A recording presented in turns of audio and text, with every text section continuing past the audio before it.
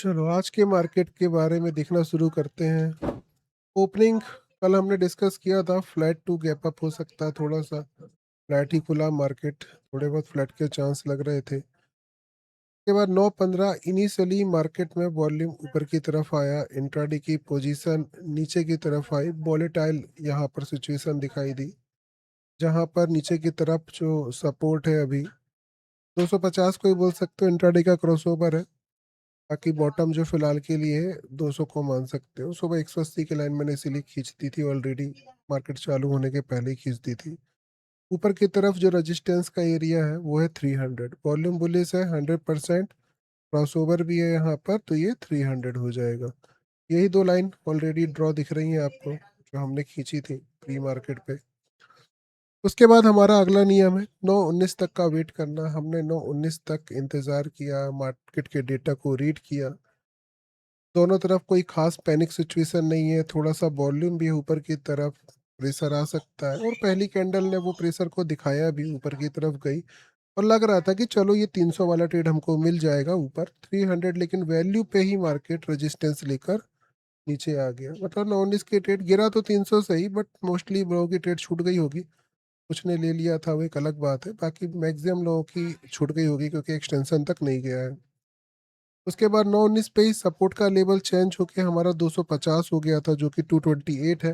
228 पर भी आप यहाँ पर एक लाइन खींच के रख सकते थे, 228, बट इस ट्रेड में आपको प्रॉफिट नहीं हुआ होगा, लॉस हुआ होगा। पहली कैंडल में मिलता तो एक अलग बात थी, बट ऑलरेडी पहली कैंडल खत्म हो जाती है 9:19 तक। तो आज का दिन हम एक एसएल वाला डे मान सकते हैं, भले मौका मिला था बट ट्रेड नहीं हो पाई क्योंकि उसके बाद 9:30 तक कोई चांसेस दूसरे, क्योंकि एक ट्रेड तो हमारी एसएल में जा रही है। 9:30 तक के डेटा के चेंजेस को हमने देखा, किस प्रकार से डेटा दिखा रहा है। थोड़ी सी बेरिशनेस हमको नजर आने लगी। 250 पर रेजिस्टेंस क्रिएट हो गया था 9:30 बजे के आसपास।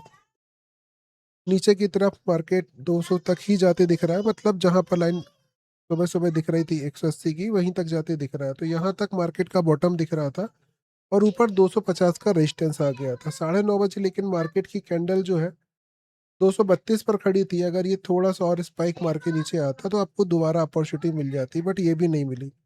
180 वाला सपोर्ट लिया मार्केट ने, बट प्रीमियम ज़्यादा ऊपर नहीं गया था।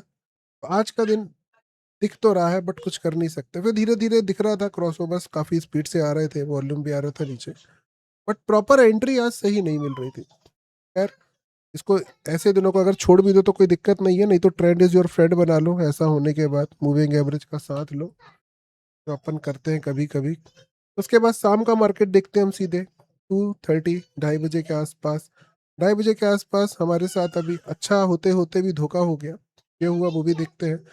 यहाँ पर बेरिसनेस क्लियर दिखाई दे रही है, मार्केट में नीचे की तरफ का मूवमेंट दिख रहा है हमको, जहाँ पर 950 का रेजिस्टेंस दिखाई दे रहा है।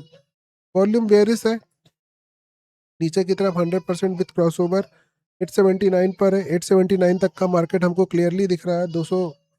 2:30 पर हम यहाँ से एंट्री बना सकते हैं 9:30 से। 2:30 पर मार्केट कहाँ पर खड़ा हुआ है, 950 के पास में ही खड़ा हुआ था।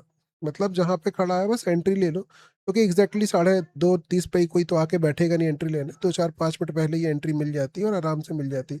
हमसे क्या गलती हुई, हमने ये एंट्री को और जल्दी ले लिया था और ये ग्रीन कैंडल ने एसएल खाया और नीचे आ गई, फिर हम देखते ही रह गए। उसके बाद कल के लिए ओपनिंग कैसी हो सकती है, तो स्लाइटली फिर से नेगेटिव ओपनिंग दिख रही है। 750 तक का मार्केट दिखाई दे रहा है, जिसका डीपली एनालिसिस अब वीडियो बनाकर डाल देंगे अच्छे से, क्या क्या सिचुएशन दिख रही है। अभी के लिए बस यही, मिलते हैं अगली वीडियो में। Bye bye.